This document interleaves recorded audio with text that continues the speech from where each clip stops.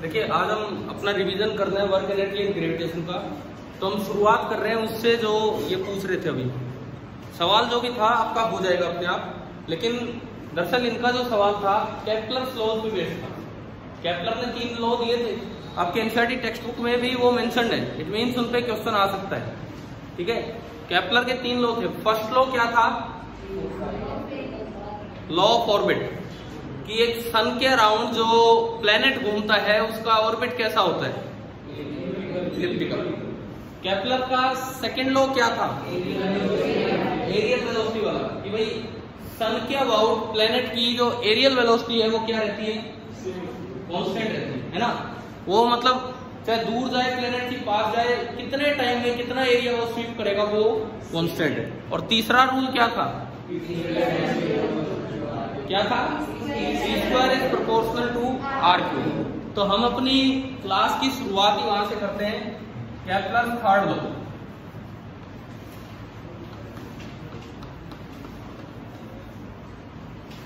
कि पहली बात ये T² प्रोपोर्शनल टू R³ आता कैसे? क्या चीज है ये? मान लो सपोज एक सर्कल में घूम रहे हैं। इलिप्स को मैंने ऑलमोस्ट एक सर्कल मान लिया, लगभग एक सर्कल की तरह। प्लेनेट का मास है स्मॉल m, सेंटर पे सन है उसका मास है capital M, and radius of the orbit R। Gravitational force according to Newton's law कितना लगेगा इस पे?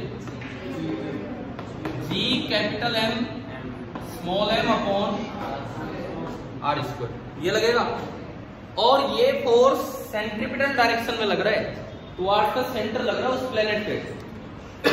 अगर आप प्लेनेट पे न्यूटन्स लॉ लगाएं, न्यूटन सेकंड लॉ, अगर आप प्लेनेट पे न्यूटन सेकंड लॉ लगाएं तो क्या बनेगा? Force is equal to mass into acceleration. तो अगर आप प्लेनेट पे न्यूटन सेकंड लॉ लगाते हैं तो मास ऑफ द प्लेनेट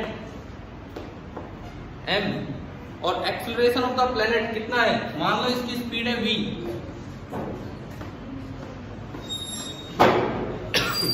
बन गई इक्वेशन। क्या ये समझ में आया कि नहीं आया? दूसरी इक्वेशन, टाइम पीरियड होता है total distance travelled upon total time taken. इन दो इक्वेशंस को अगर आप आगे बढ़ाओगे तो T² is proportional to R³ आ जाएगा। कैसे कैसे आएगा एक बार देख भी लो। यहां से भाई इन दोनों का आपने इक्वेट किया, स्मॉल m से स्मॉल m गया, एक R से एक R भी गया, और v हो गया √Gm/R। तो यहां से अगर मैं देखूं, इससे अगर मैं देखता हूं तो जो v की वैल्यू आ रही है v² ही आया, तो जो v की वैल्यू आएगी दैट विल बी √Gm/R। आप ये इसमें पुट कीजिए तो टाइम पीरियड कितना हो गया? 2πr अपॉन √Gm, और √R ऊपर गया तो R की पावर हाफ हो गया। R की पावर 1 और R की पावर हाफ 3/2। तो ये आया T is equal to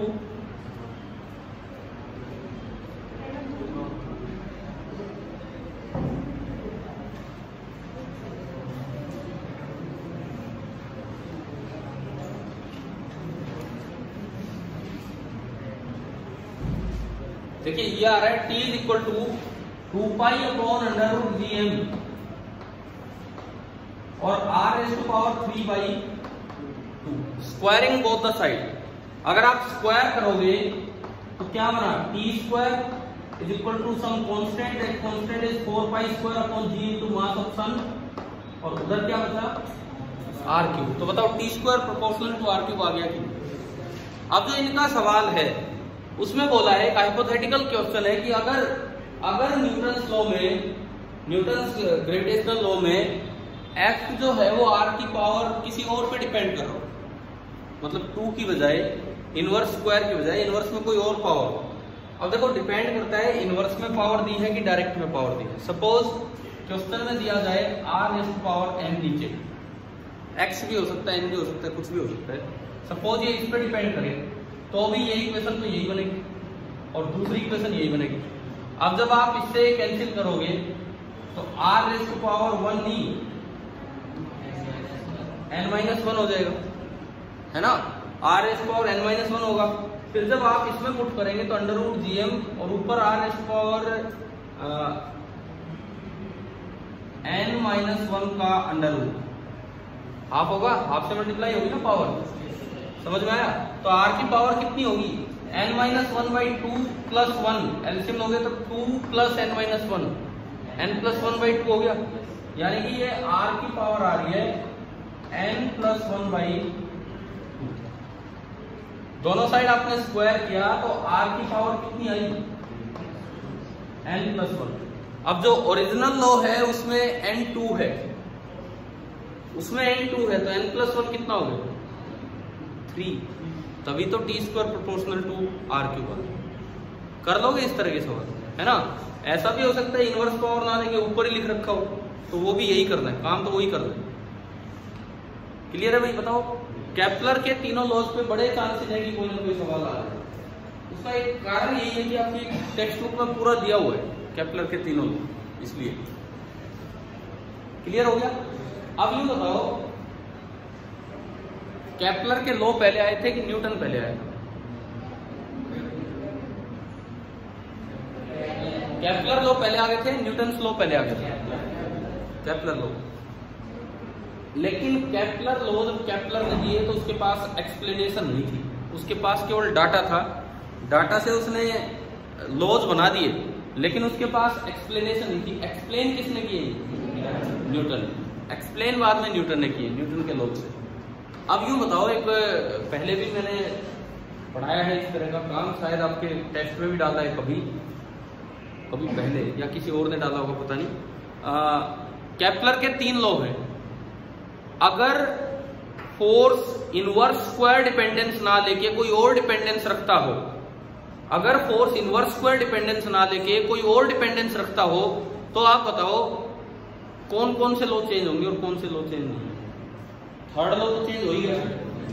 third law तो दिख रहा है ना हमें भाई, कुछ और डिपेंडेंस आएगा कि आर क्यूब नहीं, आर की पावर क्या आ जाएगी, एन प्लस वन। तो मेरा सवाल आ गया, आपको क्या पूछना बताओ? अगर न्यूटन्स लॉ में, न्यूटन के ग्रेविटेशनल फोर्स के जो फॉर्मूला है उसमें आर स्क्वायर की बजाय अगर आर क्यूब आ जाए या कोई और डिपेंडेंस आ जाए, तो केपलर के कौन कौन से लॉ चेंज होंगे, कौन सा चेंज नहीं होगा? थर्ड लॉ चेंज होगा, हो गया। फर्स्ट लॉ बिल्कुल चेंज होगा। फर्स्ट लॉ तो डिपेंड ही इस पे करता है कि फोर्स कैसा है। असल में वहां से एक टर्म निकाली जाती है, एक्सेंट्रिसिटी। आप जब हम निकालेंगे नहीं वो चीज, 12वीं तक भी हम नहीं सीखेंगे कि कैसे निकाल रहे, लेकिन ये वर्ड आप कोऑर्डिनेट ज्योमेट्री में पढ़ लेंगे 11th क्लास में। एक एक्सेंट्रिसिटी बोल लो, वो एक टर्म होती है, वो लेस देन 1 है, इक्वल टू 1 है, ग्रेटर देन 1 है, कैसी है, उससे डिसाइड होता है कि शेप ऑफ द ऑर्बिट कैसा है। ठीक है? और वो ई की वैल्यू जो है, एक्सेंट्रिसिटी की वैल्यू, वो डिपेंड करती है किस पे? वो डिपेंड करती है फोर्स पे, कि फोर्स की डिपेंडेंस कैसी है। तो बताओ, क्या फर्स्ट लॉ चेंज होगा कि नहीं होगा? बिल्कुल चेंज होगा। समझ आ गया? अब बात आती है सेकंड लॉ की। सेकंड लॉ चेंज होगा कि नहीं होगा? एरियल वेलोसिटी कांस्टेंट वाला लॉ बताइए, सेकंड लॉ चेंज होगा या नहीं होगा? एरियल वेलोसिटी कांस्टेंट वाला लॉ। क्यों, क्या कारण है? ठीक है, जवाब सही है, नहीं चेंज होगा। सी आर क्यूब आ जाए, सी आर की पावर 4 आ जाए, वो चेंज नहीं होगा। ईशु जी क्या कारण है बताओ? क्या? वैसे ये पता था कि वो चेंज नहीं होगा। ठीक है, देखो तो इधर सेकंड लॉ कहता है कि एरियल वेलोसिटी कांस्टेंट है। अब देखना, आपके शायद पहले आया है ये सवाल, कभी नहीं कभी 9th 9th में आया होगा, या जहां भी माइनर में टेस्ट में आ चुका है। देखिए, केपलर सेकंड लॉ जो है ना, वो एक स्पेशल चीज पे बेस्ड है, और उस स्पेशल चीज को हम बोलते हैं principle of angular momentum conservation. ये जो स्पेशल चीज है उसको हम बोलते हैं principle of angular momentum conservation. क्या होता है सुनिए, जब ये प्लेनेट घूम रहा है, सन एक फोकस पे है, इलिप्स के फोकस पे है सन, तो आप यूं बताओ, प्लेनेट पे जो फोर्स लगेगा वो सन की तरफ लगेगा कि नहीं? लगेगा ना। एक टर्म आएगी टॉर्क, मोमेंट पढ़ाएगा, वो लीवर फलकम पढ़ाए थे ना, वो उसी को टॉर्क बोलते हैं। अगर कोई फोर्स रेफरेंस पॉइंट से पास हो तो उसका टॉर्क 0। भाई ये फोर्स लगी आपकी तरफ रहा है और आप उस पार्टिकल को देख रहे हो, तो क्या आपको लगेगा कि ये फोर्स घुमा सकता है? क्या आपको लगेगा ये फोर्स इस पार्टिकल को घुमाने का काम कर रहा है? आप यहां से इसको ऑब्जर्व कर रहे हो, वो फोर्स आपकी तरफ नजर आ रहा है, तो क्या आपको लगेगा कि ये फोर्स घुमा सकता है इसको? नहीं, ये तो केवल आपकी तरफ ला रहा है, आपसे दूर ये काम करेगा। इसका मतलब इस फोर्स का जो टॉर्क है किसके अबाउट, सन के अबाउट कितना है? 0। अब जिस तरह से न्यूटन सेकेंड लॉ होता है, पढ़ाई ये वाली फॉर्म P होता है लीनियर मोमेंटम, ऐसे ही इसकी रोटेशनल फॉर्म होती है फोर्स की जगह टॉर्क, फोर्स की जगह torque, dy/dt of L। L क्या चीज है? Angular momentum. L जो है दैट इज एंगुलर मोमेंटम। जैसे लीनियर मोमेंटम होता है ऐसी एक टर्म होती है एंगुलर मोमेंटम। और इसका टॉर्क कितना है? 0। टॉर्क अगर 0 है तो डिफरेंशिएशन 0 कब आता है? जब वो चीज कांस्टेंट हो, यानी कि L बराबर क्या आ गया? कांस्टेंट। अब +1 क्लास में हम पढ़ते हैं कि जो एंगुलर मोमेंटम होता है उसका एक फॉर्मूला होता है, जो अभी याद कर सको तो कर लो, 2 टाइम्स मास ऑफ पार्टिकल जो भी रिवॉल्व कर रहे हैं into areal velocity of particle. और ये चीज क्या आ गई है? कांस्टेंट। तो मास तो चेंज होना नहीं है घूमने से, तो इसका मतलब एरियल वेलोसिटी भी क्या हो जाएगी? कांस्टेंट। यही आपका केपलर का दूसरा लॉ है। तो इसमें यूं बताओ, पहली बात समझ आया है क्या? अब इसमें यूं बताओ कि क्या कहीं भी हमने इस चीज का यूज किया है कि फोर्स के फॉर्मूले में r² आ रहा है कि r³ आ रहा है, या केवल डायरेक्शन का यूज किया? डायरेक्शन का यूज किया है कि ये जो ग्रेविटेशनल फोर्स है ये किधर लगता है? टुवर्ड्स द सन। हमने एक चीज का यूज किया है कि ये जो ग्रेविटेशनल फोर्स है ये टुवर्ड्स द सन लगेगा और कहीं नहीं लगेगा। समझ गए हो ना? यानी कि ये जो थर्ड लॉ यहां से आया सेकंड लॉ में, सेकंड लॉ में आ गया कि एरियल वेलोसिटी कांस्टेंट है, ठीक है। डिपेंडेंट ये जो रूल है only on the direction of force, magnitude का कहीं कोई इस्तेमाल नहीं हुआ, ठीक है। और इस तरह के जो फोर्स होते हैं ना, जो इसकी तरफ ही लग रहा है, ये लगा रहा है और अपनी तरफ लगा रहा है, इन्हें नाम दिया जाता है सेंट्रल फोर्सेस। इनको नाम बोलते हैं सेंट्रल फोर्सेस।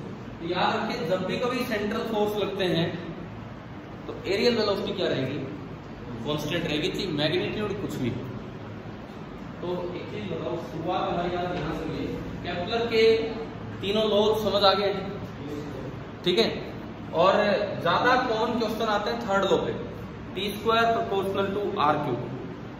दो प्लेनेट दे दिए, दोनों का अलग अलग रेडियस दे दिया, एक का रेडियस दूसरे से डबल है, पूछा है टाइम पीरियड का रेशियो बताओ, क्या होगा? मतलब इस तरह का दे दिया,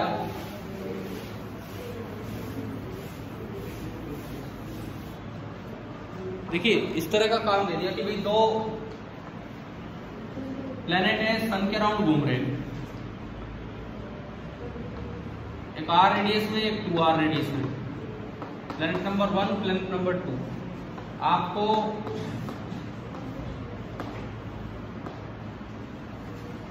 या यूं लगा लो, ये 4r है, 4 गुना रेडियस में। बताओ टाइम पीरियड का रेशियो क्या होगा? t1/t2। t प्रोपोर्शनल होता है r⁻³ के, r⁻³ के, मतलब r/4r⁻³ r से आ गया। मैं इसको लिख सकता हूं 1/2 का स्क्वायर, पावर से पावर मल्टीप्लाई होगी तो 1/2³ और आंसर आ गया 1/8। कर पाओगे ना इस तरह के सवाल? बताओ, ये कई बार पावर में कंफ्यूजन हो जाता है यार, ये किस तरह की पावर है, कैसे करें? तो t प्रोपोर्शनल टू r⁻³ है, तो पावर 1/2 मतलब अंडर रूट, और वो हमने यहाँ पे बना दिया। Kepler law clear? ठीक है, चलते हैं आगे बढ़ते हैं इसमें। अब ग्रेविटेशन के साथ मिक्स होके मैं जो आपने बोला वही चीजें करवा रहा हूँ। एक आपका ये सवाल था, वो डिस्कस हुआ अभी। दूसरा इन्होंने कहा कि थोड़ा चेन टाइप प्रॉब्लम वो कर दीजिए, है ना, तो उन पे हम आते हैं। ये चेन टाइप जो क्वेश्चन थे ग्रेविटेशन के साथ वर्क एनर्जी का लिंक है, मतलब ये वाले चीजें हैं, उन पे आते हैं। देखो पूरा चैप्टर में रिवाइज नहीं करवा रहा हूँ, जो आपके डाउट्स हैं, जिस तरह की चीजें आप पूछना चाह रहे हो वही हम डिस्कस कर रहे हैं, ठीक है।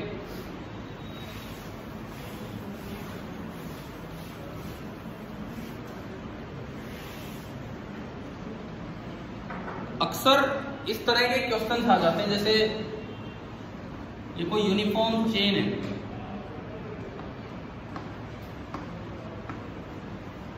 यूनिफॉर्म चेन है और इसकी जो लेंथ है, लेंथ वो कितनी दी गई है आपको? L। यूनिफॉर्म चेन है और इसकी लेंथ L दे रखी है, ठीक है। आपको ना ये बताना है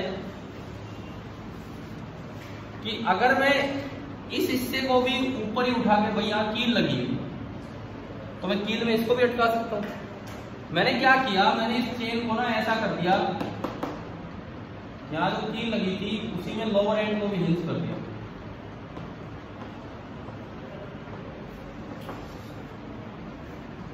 समझ गए?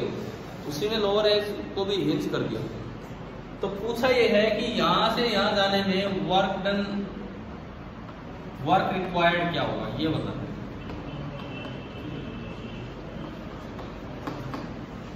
यहां से यहां जाने में work required, work done by gravity नहीं, आपको कितना वर्क करना पड़ा वो आपको बताना है।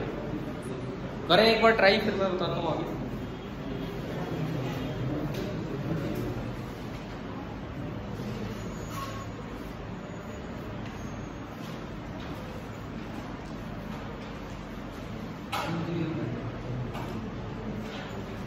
मास एम है, मास एम है, चेन का जो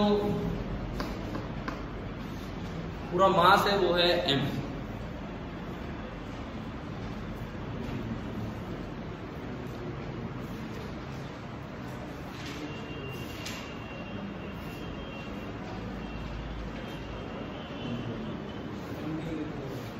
हो गया?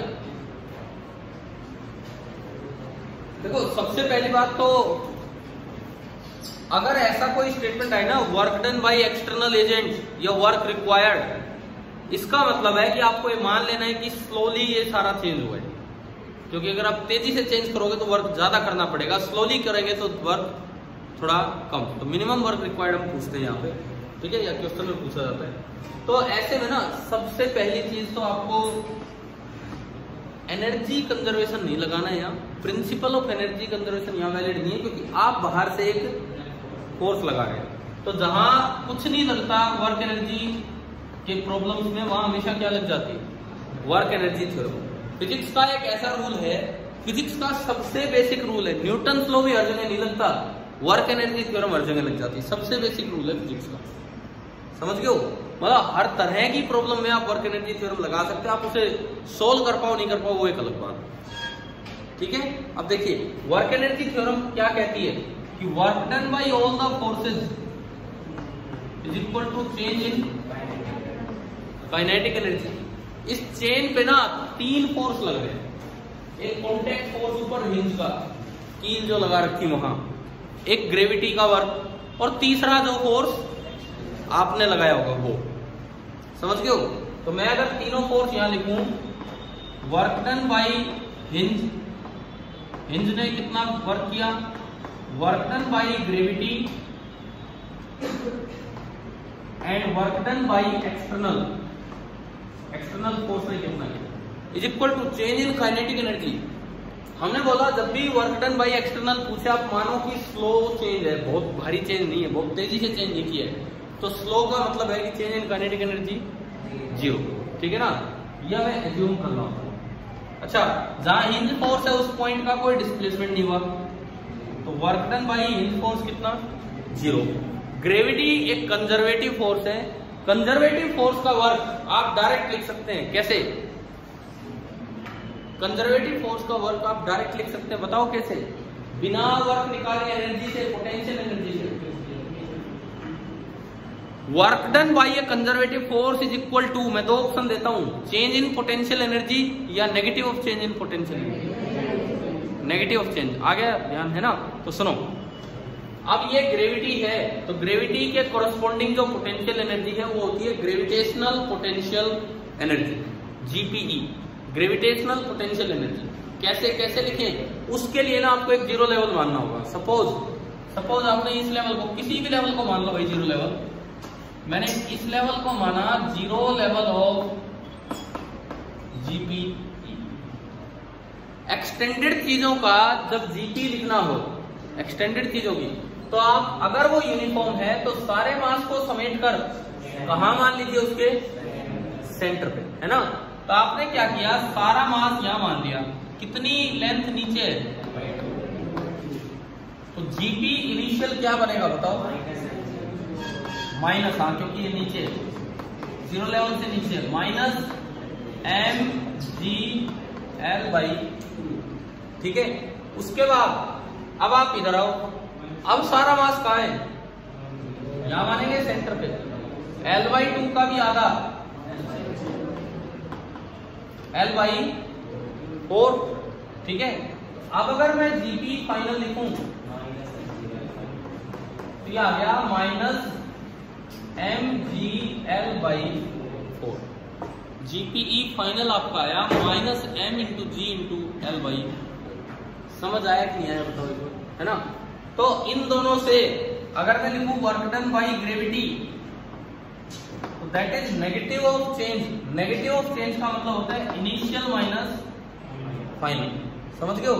इनिशियल ये रहा minus M G L by 2,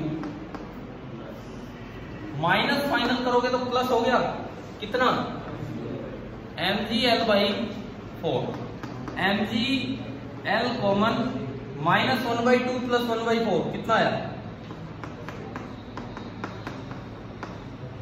4 minus 2 plus minus 1/4 आ गया, यानी कि ये आया minus M G L by 4।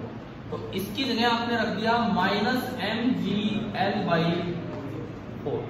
और वर्क डन बाई एक्सटर्नल तो आपको निकालना ही है, तो वर्क डन बाई एक्सटर्नल कितना आ गया यहां से? M G L by. समझ आया कि नहीं? इसी सवाल में अगर क्वेश्चन होता है work done against the external force, तो क्या answer? Work done against the external force, ना sorry, against the conservative force you लिखते हैं, work done against the gravity you पूछते हैं। एक्सटर्नल तो हमें लगाना पड़ा है।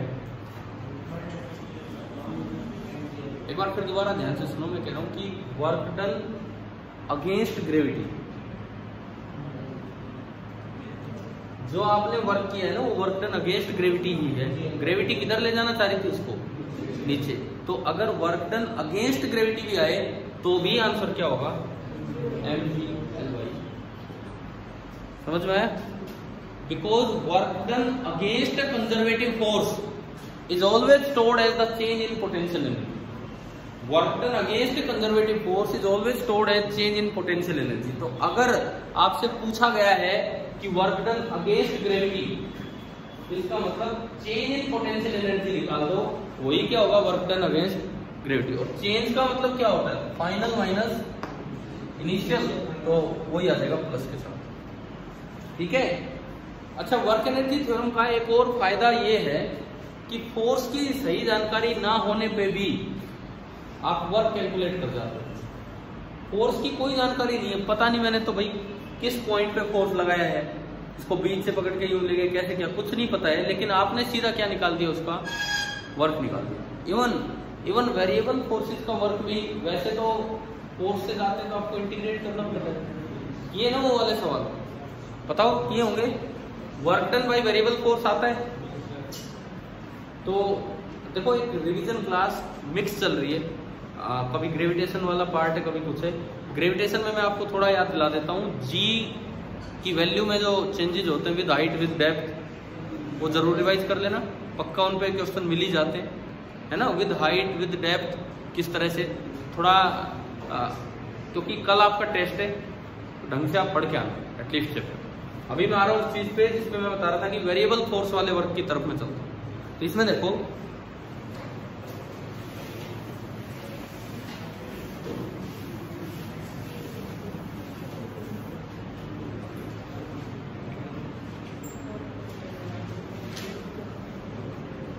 देखिए जैसे मान लो सपोज ऐसा दिया जाए, ये एक्स एक्सिस है, ये वाई एक्सिस है, और एक पार्टिकल किसी पाथ पे जा रहा है, जैसे भी वो जा रहा है 0 0 से 2,1 पे पहुंच गया, ऐसा यूनिट में है सब कुछ। बीच में जब भी वो किसी पोजीशन x, y पे था तो उस पे एक वेरिएबल फोर्स लग रहा है, और वो वेरिएबल फोर्स है एक्स आई कैप प्लस वाई जे कैप। जैसे जैसे एक्स और वाई चेंज होगा ये फोर्स चेंज होगा, ठीक है। आपसे पूछा है कि इस फोर्स ने कितना वर्क किया, इसको यहां से यहां करो, इस वेरिएबल फोर्स ने इसको यहां से वहां ले जाने में कितना वर्क किया, ये निकालना।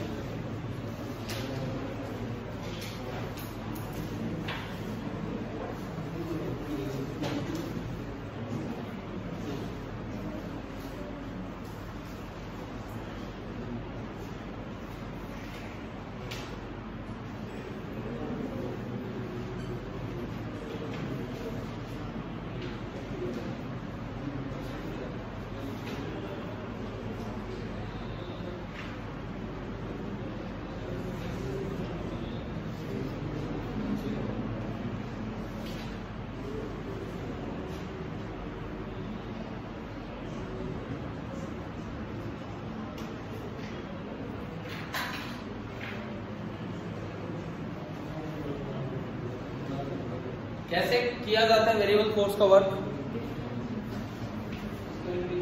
इंटीग्रेशन से भी पहले एक चीज समझो कि हम करते क्या है। सुनो, करते क्या है वो सुनो। वैसे तो ये फोर्स जगह जगह अलग अलग है, वैसे तो ये फोर्स हर जगह अलग अलग है, लेकिन हम ये मान रहे हैं कि इस दौरान अगर मैं थोड़ा सा डिस्प्लेसमेंट दूं तो फोर्स लगभग इतना ही रहेगा। तो मैंने इसको एक छोटा सा डिस्प्लेसमेंट दिया इसके पाथ में, टेंजेंशियली जो भी पाथ था, और हम मानते हैं कि इसकी नई पोजीशन होगी x plus D X and y plus D Y. तो अगर ये डिस्प्लेसमेंट है तो इस ds को मैं लिख सकता हूं, ये जो भी डिस्प्लेसमेंट है इसको मैं लिख सकता हूं dx i कैप। भाई i के अलोंग, x के अलोंग तो dx और y के अलोंग dy, ठीक है। फिर इस दौरान जो थोड़ा सा डिस्प्लेसमेंट हुआ वो निकाला जाता है dw। dw होता है f dot ds, dw that is equal to f vector dot ds vector. अब ये डॉट कैसे होता है, i कैप को i कैप से मल्टीप्लाई कर दो और j कैप को j कैप से, और i j के गायब कर दो, तो ये डॉट प्रोडक्ट आया x into dx plus y into dy। Total work चाहिए तो इसको इंटीग्रेट कर दो, X square D X plus Y square D Y. Integration में दिक्कत नहीं हो रही क्योंकि जहां एक्स के रेस्पेक्ट में है उसके अंदर एक्स ही आ रहा है, और जहां वाई के रेस्पेक्ट में उसके अंदर वाई। दिक्कत कब होती, जब यहां तो एक्स के रेस्पेक्ट में अंदर वाई बैठा होता, तब हमें दिक्कत होती है इंटीग्रेशन में। अभी तो बड़ा आसान इंटीग्रेशन है। लिमिट लगाओ इस पे, एक्स की लिमिट 0 से 2 और y की लिमिट, अब इंटीग्रेशन करवाओ एक्स स्क्वायर का एक्स क्यूब बाई 3 लिमिट 0 से 2, और y स्क्वायर का y क्यूब बाई 3 लिमिट 0 से 1। 3 तो कॉमन ले लो पूरे में से, 2 क्यूब 8 माइनस 0 क्यूब यानी कि 8, 3 माइनस 1 का क्यूब 1 माइनस 0 1, 9/3। तो आंसर आया कितना 3। अगर ऐसा यूनिट में था तो आ गया था, ये पता हो गया था आपसे, नहीं हुआ था, समझ आ गया कैसे करना है वेरिएबल फोर्स का वर्क। तो आप अगला करके दिखाओगे।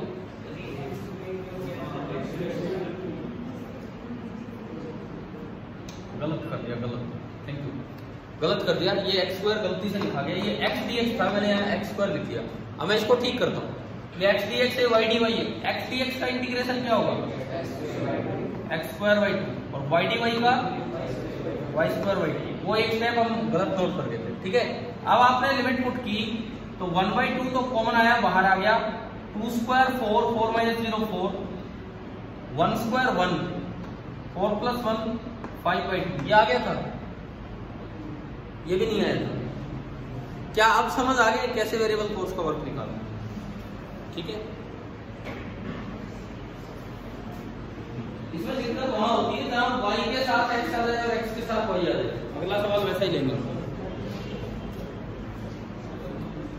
कर लो आप, नोट कर लो अगर ये करना है तो।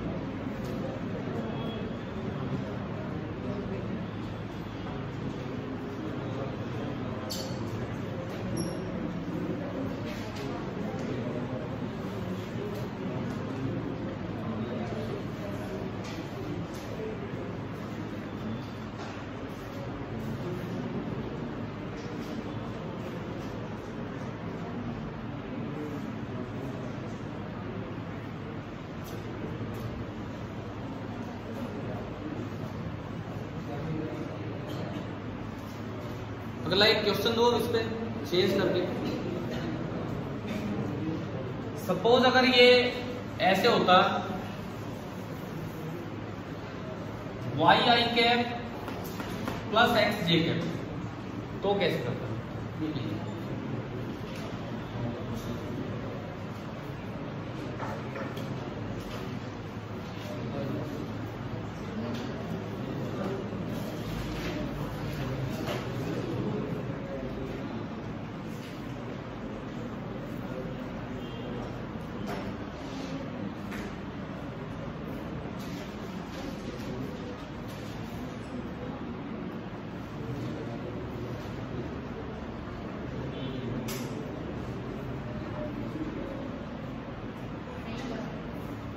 है तो वही, लेकिन दिक्कत कहाँ आएगी?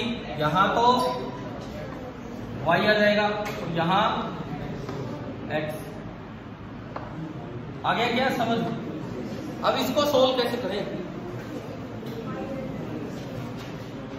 भाई y कांस्टेंट भी नहीं है, पूरे रास्ते में y बदलता रहेगा, तो y कांस्टेंट होता तो मैं बाहर निकाल देता, और y x भी नहीं है तो मैं इंटीग्रेशन कर देता। अब कैसे करें इसको?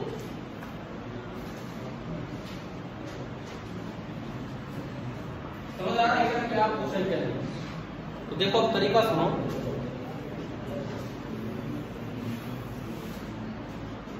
ऐसे केस में मैं आपको एक टेक्निक सिखा रहा हूं इंटीग्रेशन की।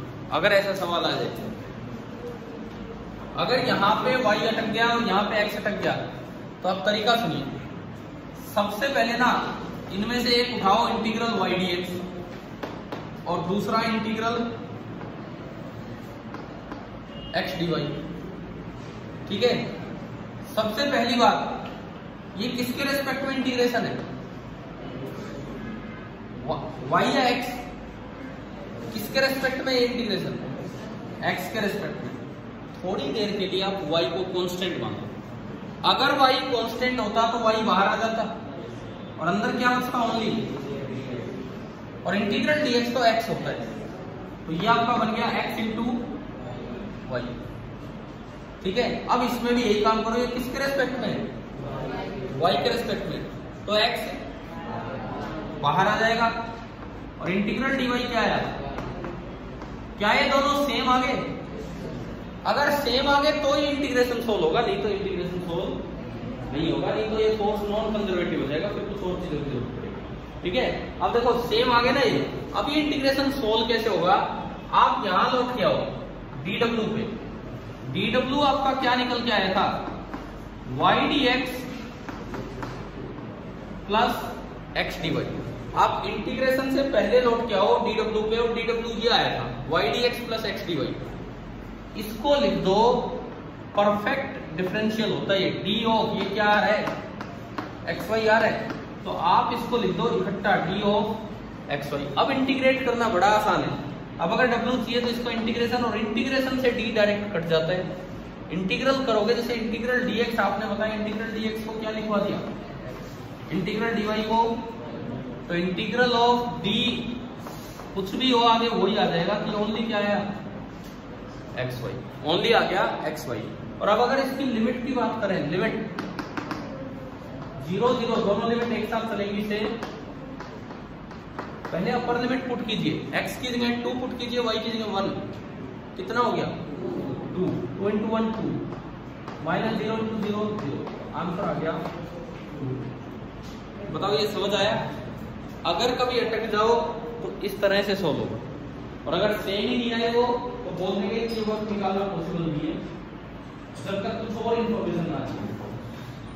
ठीक है, ये नॉन कंजर्वेटिव फोर्स हो जाएगी।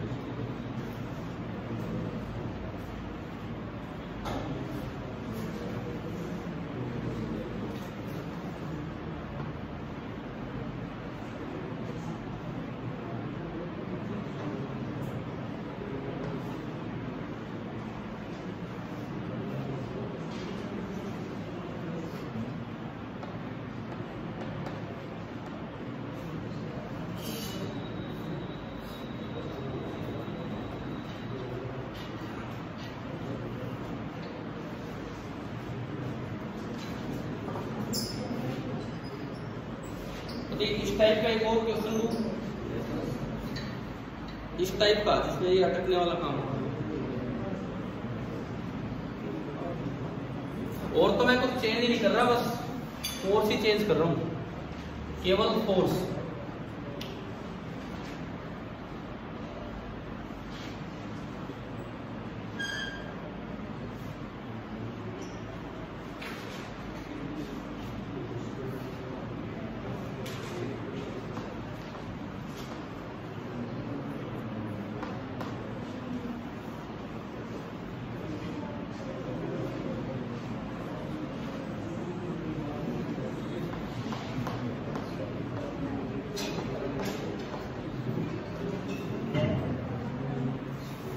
ये चेंज किया मैंने।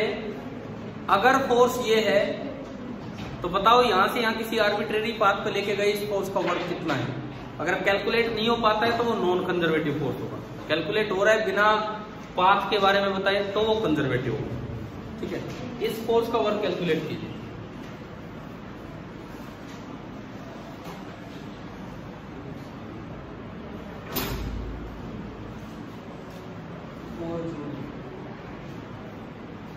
किसने बोला? आ गया, बन गया वो, या कोई दिक्कत नहीं है इंटीग्रेशन में।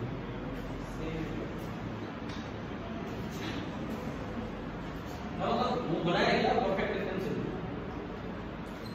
परफेक्ट डिफरेंशियल बनाया क्या आपने?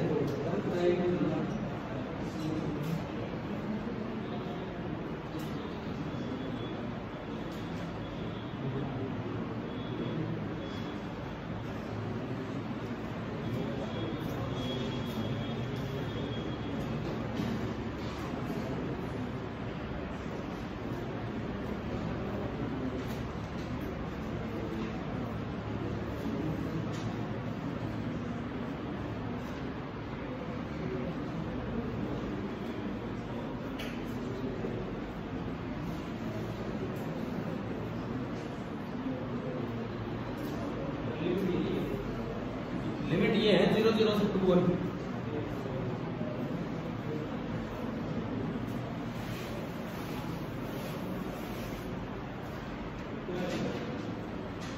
बन गया वो। ठीक है, देखते हैं। सबसे पहले आपने dw लिखा, dw होता है f डॉट ds, तो ये करोगे i को i से, j को j से, कितना है 2x y cube dx plus 3x square y square dy। बताओ ये है या फिर समझे? ये इंटीग्रेशन पॉसिबल नहीं है, क्यों? अगर अलग अलग करोगे तो पॉसिबल नहीं है। इसको करोगे तो x के रेस्पेक्ट में अंदर कौन आ रहा है? y। इसको करोगे y के रेस्पेक्ट में अंदर कौन आ रहा है? x। तो पहले एक प्रयास हमें करना चाहिए, कोशिश करनी चाहिए कि ये परफेक्टली डिफरेंशियल बन पाए कि नहीं। तो उसके लिए क्या करो, इसको उठाओ पहले 2xy³ dx, और आपने क्या किया, इसका इंटीग्रेशन किया। किसके रेस्पेक्ट में? तो y को क्या मान लो? कांस्टेंट। 2y³ तो बाहर आया, क्या बचा अंदर? x dx। x dx का इंटीग्रेशन क्या होगा? बोलो। x की पावर 1 dx बचेगा, उसका इंटीग्रेशन क्या होगा? x²/2। तो ये आया x²y³। अब एक बार दूसरी टर्म को चेक करते हैं। इंटीग्रल 3x² y² dy, इसको हम चेक करते हैं। ये क्या बनेगा? 3 तो बाहर, x² भी बाहर, और y² का इंटीग्रेशन आता है ना इतना, तो हमें y³/3, 3 से 3 क्या बन गया? क्या दोनों सेम आ रहे हैं? आगे तो इसका मतलब ये जो इतना फैला हुआ है, इसको आप d ऑफ ये लिख सकते हैं, यानी कि जब dw बनेगा ना, dw that will be equal to d of x²y। अब इंटीग्रेशन बड़ा आसान है, तो w कितना आ गया? इंटीग्रेशन से d कट जाएगा, w कितना आया? x²y³, और लिमिट 0 0 से 2 1, तो अपर लिमिट 2 स्क्वायर और 1, 4 × 1 का क्यूब 1, 4 आया अपर लिमिट तो, और लोअर लिमिट कोई बच्चा है 12 बोल रहा था, 12 तो नहीं आ रहा, 4 आ रहा है, 4 आ गया। अब बताओ ये वाला तरीका आ गया कि नहीं? ठीक है, वेरिएबल फोर्स के वर्क कैसे निकाले जाते हैं वो मैंने आपको सिखाया। इसमें कोई वर्क एनर्जी थ्योरम नहीं, इसमें हम सिंपल समझ रहे हैं कि फोर्स से वर्क कैसे निकालते हैं।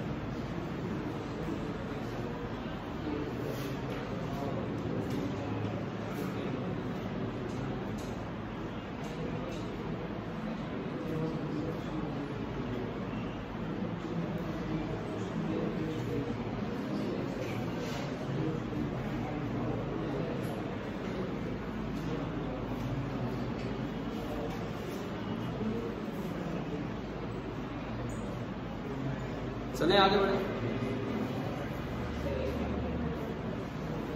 भाई कुछ तो नए कॉन्सेप्ट सीख रहे होगे। देखो रिवीजन का फायदा ही तब एक आधी चीज तो नहीं पता लगे।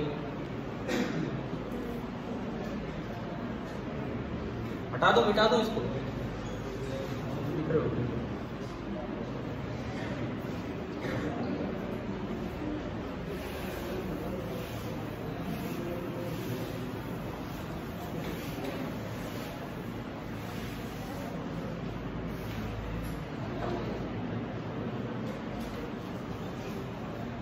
अब यूं बताओ, एक होता है work done by all the forces, और एक होता है work done by external forces, और एक होता है work done by internal conservative forces. इनको मुझे लिखना है in terms of change in energy. 3 तरह की एनर्जी है मेरे पास, kinetic energy, potential energy and mechanical energy. Kinetic energy, potential energy and mechanical energy, मुझे ये सारे लिखने हैं। Work done by all the forces किसके बराबर होगा? Change in kinetic energy, delta के ई। अच्छा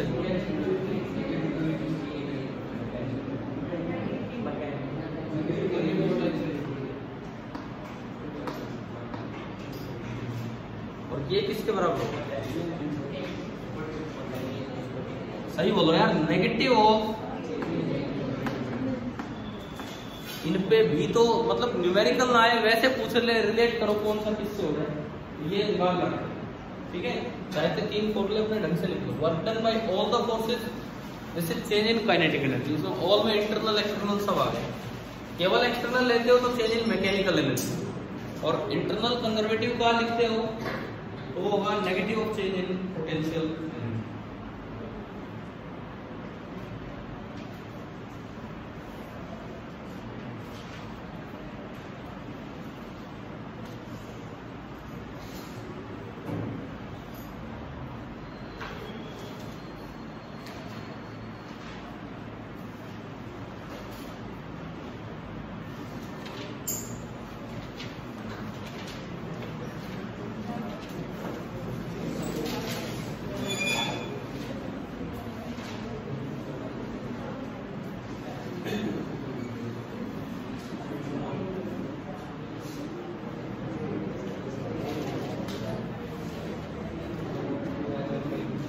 एक हॉर्स पावर में,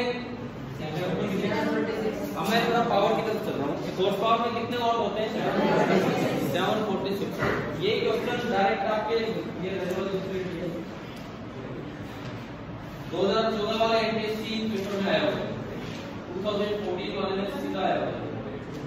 ठीक है,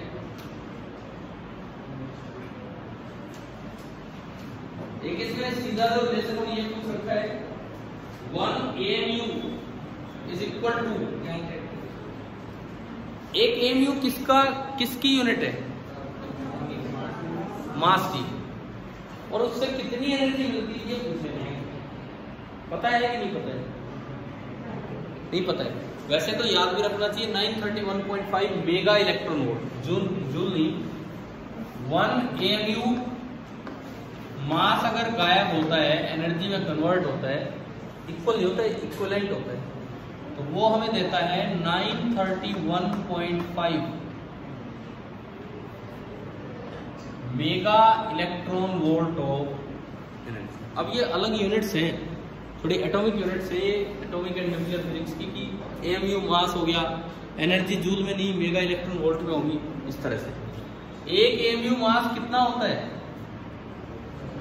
केमिस्ट्री में तो पढ़ दिया होता है, और आइंस्टाइन का जो रिलेशन है E = delta m × c² = mc² पढ़ा है ना आपने, कि अगर m मास गायब होता है तो उससे कितनी एनर्जी रिलीज होगी × c²। तो वो जब जूल में निकालते हैं, फिर उसको जब मेगा इलेक्ट्रॉन वोल्ट में कन्वर्ट करते हैं, तो ये आता है। ये हमें याद रखना है। और ये जो आपका सवाल है डायरेक्टली इसमें पूछा जा चुका है 2013 में, मतलब इस तरह के डायरेक्ट क्वेश्चंस भी आ रहे हैं एनटीएससी पेपर में। एक मेगा इलेक्ट्रॉन वोल्ट में कितने जूल होते हैं? बाई चांस से जूल में पूछ ले। देखो, एक इलेक्ट्रॉन वोल्ट में कितने जूल होते हैं? पहली बात हम इस चीज पे,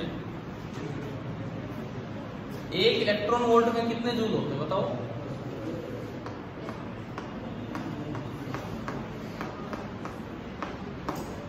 जितना एक इलेक्ट्रॉन पे चार्ज होता है उतने जूल होते हैं। एक इलेक्ट्रॉन वोल्ट में इतने जूल होते हैं। इलेक्ट्रॉन वोल्ट एक यूनिट ऑफ एनर्जी। तो अगर एक मेगा इलेक्ट्रॉन वोल्ट की बात की जाए तो मेगा मतलब 10⁶ से मल्टीप्लाई कर दो, ये बन गया 1.6 × 10⁻⁻13 1.6 × 10⁻⁻13 जूल। एक मेगा इलेक्ट्रॉन वोल्ट में इतने जूल। समझ आया? ठीक है। असल में अगर ये एक AMU मास गायब हुआ है तो इतनी ज्यादा एनर्जी रिलीज होगी, और इसको अगर जूल में कन्वर्ट करना है तो आप इस फैक्टर से क्या कर दो, मल्टीप्लाई कर दो, तो वो जूल में आ जाए। ये न्यूक्लियर फिजिक्स की यूनिट है mega electron volt. Nuclear reactions जो होती है वहां एनर्जी मेगा इलेक्ट्रॉन वोल्ट में रिलीज होती है। जैसे एटम बम और इन सब चीजों में बहुत ज्यादा एनर्जी रिलीज होती है, वो यहीं से आती है, मास कन्वर्ट हो जाता है एनर्जी। अच्छा, मैं आपसे एक केमिकल रिएक्शन का एक क्वेश्चन पूछता हूँ। क्या केमिस्ट्री में मास कंजर्व रहता है रिएक्टेंट और प्रोडक्ट का? लगाते हैं ना प्रिंसिपल ऑफ क्या? नहीं, मैं उसी चीज पे आ रहा हूँ। क्या केमिस्ट्री, मैं केमिकल एटॉमिक रिएक्शंस की बात कर रहा हूँ, मैं न्यूक्लियर रिएक्शन पे नहीं जा रहा हूँ। केमिकल रिएक्शन में मास कंजर्व होता है कि नहीं? एटॉमिक रिएक्शन में क्या वहां एक्सोथर्मिक रिएक्शन नहीं होती? होती है। तो क्या वहां एनर्जी रिलीज नहीं होती? तो जब मास ही खत्म नहीं हो रहा तो वो एनर्जी कहां से आ रही? जब मास खत्म ही नहीं हो रहा, क्योंकि फिजिक्स कहती है कि कोई रिएक्शन में एनर्जी आएगी तो वो मास कन्वर्ट हुआ है किसमें? एनर्जी में। आप कह देते हो कि भाई केमिकल रिएक्शन जो है, एटॉमिक रिएक्शन, उनमें तो मास कंजर्व है, न्यूक्लियर रिएक्शन में मास कंजर्व नहीं है, केमिकल रिएक्शन में एनर्जी रिलीज होती है, तो फिर वो एनर्जी कहां से आएगी? बॉन्ड टूट गया, बॉन्ड बन गया, ये नहीं, ये तो उसको एक्सप्लेन करने का एक तरीका है। अब सुनो मेरी बात सुनो, न्यूक्लियर रिएक्शन में जो एनर्जी रिलीज होती है वो मेगा इलेक्ट्रॉन वोल्ट की एनर्जी होती है। केमिकल रिएक्शन में जो एनर्जी रिलीज होती है एटॉमिक रिएक्शन में, वो इलेक्ट्रॉन वोल्ट की एनर्जी होती है। मेगा मतलब 10⁶ टाइम्स ज्यादा है। तो असल में जो मास गायब हुआ होगा, जो मास कन्वर्ट हुआ होगा एनर्जी में केमिकल रिएक्शन में, एटॉमिक रिएक्शन में, वो नेग्लेजिबल होता है। होता जरूर है, ऐसा नहीं है कि मास गायब ही नहीं होता। आप लगा देते हो energy conservation, sorry mass conservation लगा देते हो केमिकल इक्वेशंस में, वो अप्रोक्सीमेट है, क्योंकि अगर थोड़ी सी भी एनर्जी रिलीज हुई है तो मतलब कुछ ना कुछ मास तो जरूर गायब हुआ होगा। हाँ, न्यूक्लियर रिएक्शन में हम नहीं लगाते मास कंजर्वेशन। क्यों नहीं लगाते? क्योंकि वहां एनर्जी रिलीज क्या होती है, थोड़ी ज्यादा होती है, यानी कि जो मास में डिफेक्ट आया है, मास जो गायब हुआ है वो थोड़ा ज्यादा गायब होगा, इतना सा नहीं कि आप इसे लगा सकें। तो ये बात जो मैंने बताई ये समझ आ गई? मतलब असल में तो मास ही कन्वर्ट होता है एनर्जी में, कि वो केमिकल एटॉमिक रिएक्शन हो, केमिकल न्यूक्लियर रिएक्शन, ठीक है। लेकिन न्यूक्लियर रिएक्शन में मास डिफेक्ट ज्यादा है, और जो एटॉमिक रिएक्शंस है उनमें मास डिफेक्ट नेग्लेजिबल है। एक जगह हम उसे इग्नोर कर देते हैं और एक जगह इग्नोर नहीं करते। क्या ये बातें समझ आ गई है ना? ठीक है। एक ये 2013 का क्वेश्चन है, डायमेंशंस ऑफ पावर। डायमेंशनल फॉर्मूले लिखने आते हैं आपको, ML और T में लिखने आते हैं ना। तो पावर का जो स्टैंडर्ड फॉर्मूला है वो है फोर्स इनटू वेलोसिटी। पावर का जो स्टैंडर्ड फॉर्मूला होता है दैट इज F.V। तो फोर्स का कितना? mLT -2, और वेलोसिटी का LT -1। पावर का बना m1, पावर जोड़ दो L2, और T कितना हो गया? m1 L2 T आपका हो गया -3। ये आपके पावर का फॉर्मूला, डायमेंशनल फॉर्मूला, ठीक है। डायमेंशंस तो किसी भी क्वांटिटी के आ सकते हैं, किसी भी क्वांटिटी के। आपको लिखने आना चाहिए डायमेंशनल फॉर्मूला, कर लोगे इस टाइप के तो, ठीक है। यूनिट आए SI यूनिट, और वैसे तो हम वॉट याद करते हैं, पर यहां से लिखना हो तो यूनिट क्या बनेगी? Kilogram metre square. इनके बीच में गैप देना होता है कि नहीं देना होता है? बताओ। वैसे तो हम तो अपनी कॉपी में कुछ करें, अपना घर का राज, उससे क्या फर्क पड़ रहा है ना? लेकिन असल में अगर दो अलग अलग यूनिट्स हैं तो उनके बीच में गैप देना होगा। लेकिन अगर कोई प्रीफिक्स की तरह आ रहा है, जैसे M4 मिली सेकेंड, तो वहां पे गैप नहीं देना, ठीक है। वहां पे आपको गैप नहीं देना। अच्छा ये और बताओ, कहीं मिली सेकेंड का स्क्वायर करना है तो यूं लगाऊं या ब्रैकेट लगाऊं?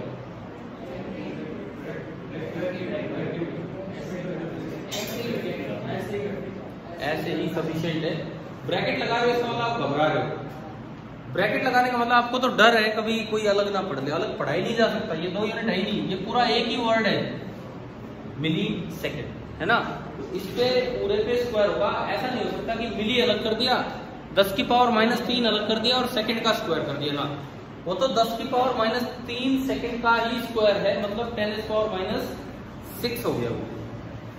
ये छोटी छोटी बातें हुई जो मतलब बिल्कुल बेसिक बातें लिखने की, कि किस तरह से यूनिट्स को लिखा जाता है वो हमें पता होना चाहिए। समझ में आ रहा है? देखो एक बार फिर से सुन लो। जैसे कहीं वैल्यू दी हो टाइम की 5 मिलीसेकंड स्क्वायर। अब कोई बच्चा सोचे मिली पे तो स्क्वायर है ही नहीं, और वो इसको लिखा है 5 × 10⁻³ सेकंड स्क्वायर। ये गलत होगा। असल में वो स्क्वायर किस पे है? मिली पे भी है, और वो 10⁻³ का स्क्वायर कितना लिखा जाएगा? 10⁻⁻⁶।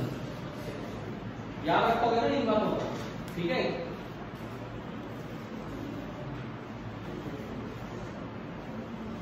अब ये जो चैप्टर है इसमें कुछ पावर के ऐसे सवाल भी आ जाते हैं जो इवन 10th के बनते हैं।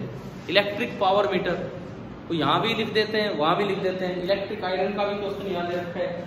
तो एक्चुअली पावर वर्ड तो यहाँ भी आता है, वहां भी आता है, और पावर तो ऑप्टिक्स में भी आता है, लेकिन वो वॉट नहीं, वो अलग पावर है। कौन सी पावर है? डायरेक्टर में पावर होती है ऑप्टिकल पावर। उस ऑप्टिकल पावर के डायमेंशन बताना क्या होंगे? ऑप्टिकल पावर के डायमेंशन, डायरेक्टर के डायमेंशन।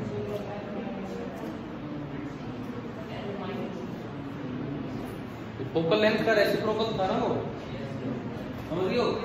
फोकल लेंथ किस में होती है? मीटर में, लेंथ में, तो वो L का इनवर्स हो जाएगा। समझ आ रहा है नहीं? चलो ठीक है, ये बताओ कुछ रिवीजन हुआ इनका? कुछ तो नई चीजें भी आपने सीखी होंगी, और कल फिर आप टेस्ट दीजिए, ठीक है? Thank you.